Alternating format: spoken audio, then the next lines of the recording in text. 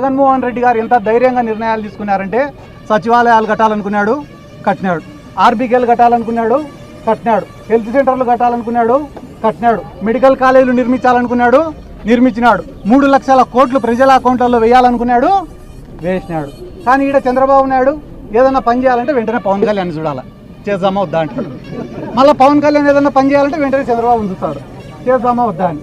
వాళ్ళిద్దరు ఏదైనా పని చేయాలంటే వెంటనే మోడీని చూస్తారు, చేద్దామా వద్దా అని. అంటే వీళ్ళు ఏ నిర్ణయం కూడా సొంతంగా తీసుకోలేకున్నారు. ఈరోజు వీళ్ళు ఏదైనా ఒక స్కీమ్ పెట్టినారంటే ఖచ్చితంగా దాంట్లో స్కామ్ ఉంటుంది. గతంలో హ్యాపీ సండే, దోమల పైన దండయాత్ర, ఇప్పుడు రీసెంట్గా ఏంద్రా అంటే యోగాంధ్ర. ఎవరైనా చంద్రబాబు నాయుడు గారి దగ్గరికి పోయి సార్ మాకు ఫీజు రీఎంబర్స్మెంట్ ఏమైంది సార్ అంటే ఊపిరి గట్టిగా పీల్చండి, స్లోగా రండి అంట.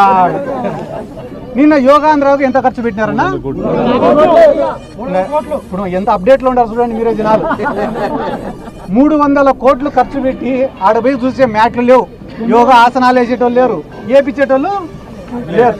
ఈరోజు నువ్వే పోయి ఆ రిషికొండకు చూస్తే కానీ ప్యాలెస్ ఆడనే ఉందే లేదా, ప్రభుత్వం పేరు పైనే ఉందే లేదా.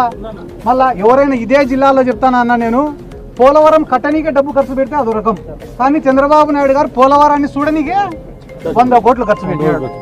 దీని గురించి ఏ ఒక్క ప్రజా సంఘాలు, మేధావులు, మీడియా ఛానళ్ళు ఎందుకన్నా చర్చ జరగడం లేదు ఈరోజు రాష్ట్రంలో.